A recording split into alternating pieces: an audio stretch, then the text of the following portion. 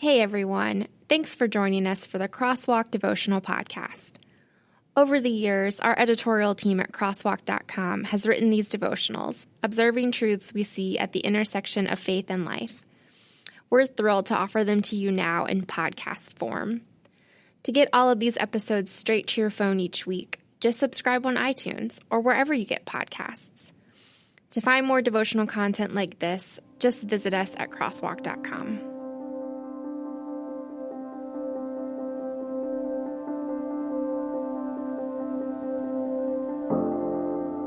Faith Worth Remembering, written by Catherine Britton and read by Kelly Givens.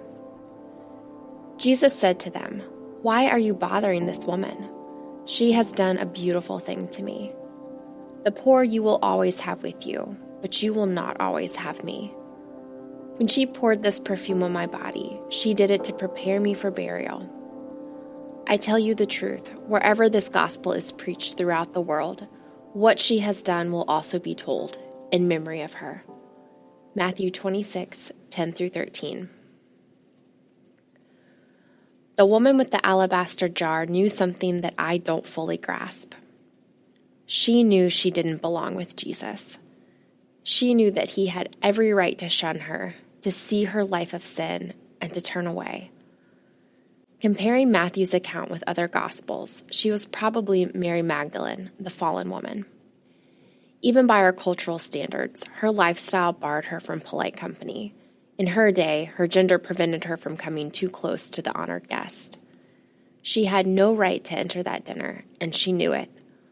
So why does this woman win such a place in Jesus' narrative? I tried to unravel her story in one of my few stints as a short story author. Picture a woman entering a room full of men, all of whom notice her impertinence. Perhaps she second-guessed her intentions for a moment. But I bet that once her eyes settled on Jesus, she never looked away. I can't think of any other compelling reason for her to walk forward, break a jar that cost a year's salary, and pour it over the head and feet of Christ. What did she know that today's Christians, me included, miss? I think that answer lies in where she looked.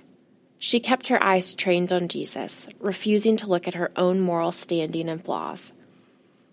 It's not that she wasn't aware of them. That's the very reason she loved Jesus so much. But she didn't allow herself to dwell on the laws she had broken and the time she hadn't spent loving him. She was too caught up in his face to notice anything about herself.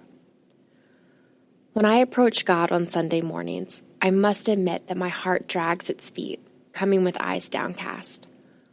What I consider most often are the ways I fail, how I didn't read my Bible enough, or I wasn't patient or loving or whatever enough. And yet, my focus is still on me. The woman with the alabaster jar died to herself long before she entered that dining room. She had denied herself and decided to focus only on Jesus. Herself faded into the background as she focused on delighting in her Lord. She was one of the first people to understand what it meant to take up the cross and follow Jesus. For that, Jesus promised that her story would be told wherever this gospel is heard. That's faith worth remembering. Intersecting faith and life. How hard is it to enjoy your best friend's company? Or do you focus on all the ways that you could have been a better friend but failed? When we're in the presence of people we love, the meetings become less about us and more about enjoying their company. How would our lives be transformed if we took that same approach to our faith? This year, I pray we will remember the woman with the alabaster jar and follow her example. Let's train our eyes on the face of Jesus.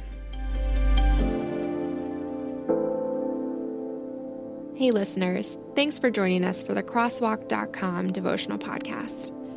To get all of our episodes straight to your phone during the week, subscribe to this podcast on iTunes or wherever you listen to podcasts.